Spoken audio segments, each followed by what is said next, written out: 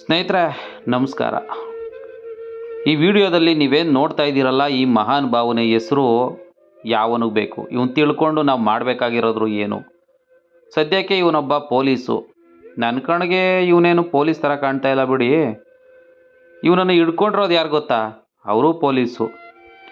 ಇದನ್ನು ನೋಡ್ತಿದ್ರೆ ಯಾರಿಗೂ ನಗು ಬರಲ್ವಾ? ಬರಲ್ಲ ಬಿಡಿ. ಯಾಕೆಂದರೆ ನಮ್ಮ ಸಮಾಜದಲ್ಲಿರೋ ಅರ್ಧಕ್ಕರ್ಧ ಜನ ಇನ್ಸ್ಟಾಗ್ರಾಮ್ ರೀಲ್ಸಲ್ಲಿ ತಲೆನ, ಮೂಗ್ನ, ಬಾಯಿನ, ಕಣ್ಣ ತುರುಕ್ಬಿಟ್ಟು ಮುಳುಗೋಗ್ಬಿಟ್ಟಿದ್ದೀರ. ನಿಮಗೆಲ್ಲ ಇದ್ರ ಬಗ್ಗೆ ಗಮನನೇ ಬೇಡ. ಇದೊಂದು ವಿಡಿಯೋ, ಇದೊಂದು ನಾಟಕ ಅಂತ ನೋಡಿಕೊಂಡು ಸೈಲೆಂಟಾಗಿ ಮಲ್ಕೊಬಿಡಿ. ಇನ್ನೊಂದು ಸ್ವಲ್ಪ ದಿನ ಈ ಇತಿಹಾಸದಲ್ಲಿ ನಾವೆಲ್ಲ ಓದ್ತಿದ್ವಿ ಅಲ್ಲ, ಬ್ರಿಟಿಷರು ಇದ್ರಂತೆ, ಹೊಡಿತಿದ್ರಂತೆ, ದುಡ್ಡನ್ನೆಲ್ಲ ದೋಚ್ತಿದ್ರಂತೆ, ಗುಲಾಮರ ರೀತಿ ಬದುಕಿಸ್ತಿದ್ರಂತೆ, ಆಮೇಲೆ ಈ ಮನೆ ಹೆಣ್ಮಕ್ಳ ಮೇಲೆ ಕಣ್ಣಾಕ್ತಿದ್ರಂತೆ, ಅಂತೆ. ಆದರೆ ವಾಸ್ತವದಲ್ಲಿ ಅದೆಲ್ಲ ನಡೆಯುತ್ತಿದೆ ಸಮಾಜದಲ್ಲಿ. ಯಾರಿಗೂ ಅದ್ರ ಬಗ್ಗೆ ಗಮನ ಇಲ್ಲ. ಯಾರಾದರೂ ಒಬ್ಬ ಅದ್ರ ಬಗ್ಗೆ ಧ್ವನಿ ಎತ್ತುತ್ತಾನೆ ಅಂದರೆ ಅವನು ಇಡೀ ಸಮಾಜದ ಕಣ್ಣಿಗೆ ಒಂಥರ ಹುಚ್ಚ. ಆ ಹುಚ್ಚರ ಪಟ್ಟಕ್ಕೆ ಇವ್ರು ಯಾರೋ KRS ಪಕ್ಷದವರು ಕೂಡ ಸೇರ್ಕೊಬಿಟ್ರು. ಮೊನ್ನೆ ನಮ್ಮ ಘನವೆತ್ತ ಸರ್ಕಾರ ಒಂದು ಕಾನೂನೇ ತಂದುಬಿಡ್ತು. ಯಾರಾದರೂ ಸರ್ಕಾರಿ ಕಚೇರಿಯಲ್ಲಿ ವಿಡಿಯೋ ಮಾಡಿದ್ರೆ ಅವ್ರಿಗೆ ಜೈಲು ಶಿಕ್ಷೆ. ಪಾಪ ಸರ್ಕಾರಿ ಅಧಿಕಾರಿಗಳೆಲ್ಲ ದೇವರು. ಎಷ್ಟೊಂದು ದೇವರು ಅಂದರೆ, ಈ ಮಹಾನ್ ಭಾವ ಮಾಡಿರೋ ಕೆಲಸ 4 ಲಕ್ಷ ಲಂಚ ತಗೋಬೇಕಾದ್ರೆ ಲೋಕಾಯುಕ್ತ ಪೊಲೀಸ್ಗೆ ಸಿಗಾಕೊಂಡವನೆ, ಅದು ರೆಡ್ ಹ್ಯಾಂಡ್ ಆಗಿ. ಆಹಾ, ಎಂಥ ವ್ಯವಸ್ಥೆ ಅಲ್ವಾ? ಇದನ್ನೆಲ್ಲ ನೋಡಿ ನಾವು ಖುಷಿ ಪಡಬೇಕು. ನಮ್ದು ಹಾಳಾಗೋಗ್ಲಿ, ನಮ್ಮ ಮುಂದಿನ ಪೀಳಿಗೆ ಆದರೂ ಪೀಳಿಗೆ ಬಿಡಿ. ಈಗಿನ ಜನ್ರೇಷನ್ ಅವಕ್ಕೆ ಕೈಯಲ್ಲಿ ಮೊಬೈಲ್ ಇದ್ದರೆ ಸಾಕು, ಅದರಲ್ಲಿ ರೀಲ್ಸ್ ಬಂದರೆ ಸಾಕು. ಸಮಾಜ ಏನಾದ್ರೇನು, ಧ್ವನಿ ಮಾತ್ರ ಎತ್ತಲ್ಲ, ಪ್ರಶ್ನೆ ಮಾಡಲ್ಲ. ನೋಡ್ರಿ ಇವನ ಆಟಾಟೋಪನ. ಇದು ಇವನೊಬ್ಬನ ಕತೆ ಅಲ್ಲ.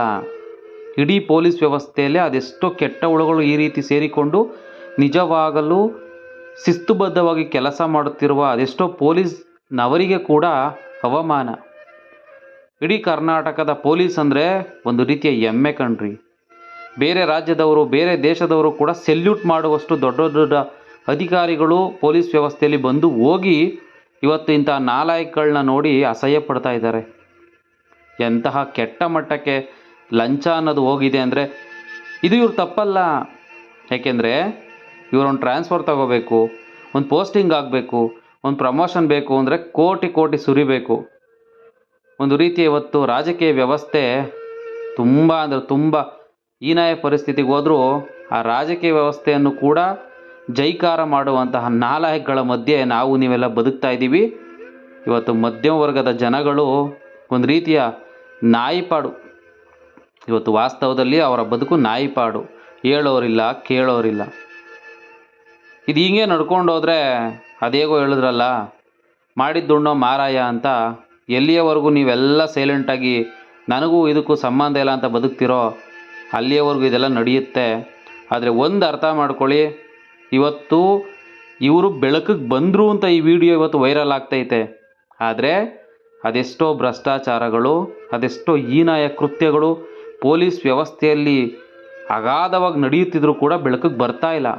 ನಾನು ಇಡೀ ಪೊಲೀಸ್ ವ್ಯವಸ್ಥೆಯನ್ನು ದೂರ್ತಾ ಇಲ್ಲ, ಯಾಕೆಂದರೆ ಇವತ್ತು ಕೂಡ ಅತ್ಯಂತ ನಿಷ್ಠಾವಂತ ಅಧಿಕಾರಿಗಳನ್ನ ನಾನು ನೋಡ್ತಾ ಇದ್ದೀನಿ. ಆದರೆ ಇಂತಹ ಹೀನಾಯ ಬದುಕ್ತಾ ಇದ್ದರೆ ಏನು ಸಾಧನೆ ಮಾಡ್ದಂಗೆ ಆಗಲ್ವಾ? ಹೋಗಬೇಕಾದ್ರೆ ಇವರೆಲ್ಲ ಏನು ಹೊತ್ಕೊಂಡು ಹೋಗ್ತಾರೆ ರೀ? ಹುಟ್ಟಿರೋ ಬಟ್ಟೆನೂ ಕೂಡ ಬಿಚ್ಚಿ ಬಿಸಾಕುವಂತಹ ಈ ಏನು ಹೇಳ್ತಾರಲ್ಲ ನಶ್ವರ ದೇಹ ಆತ್ಮಕ್ಕೆ ಇವೆಲ್ಲ ಮಾಡಿ ಪಾಪದ ಗಂಟು ಮೂಟೆನ ನಿಮ್ಮ ಮುಂದಿನ ಮಕ್ಕಳಿಗೆ ತಂದುಕೊಟ್ಟು ನೀವೆಲ್ಲ ಹೋಗ್ಬೇಕಾ? ನಾಚಿಕೆ ಆಗಲ್ವ ಈ ಬದುಕೇ ಇದ್ದರೆ?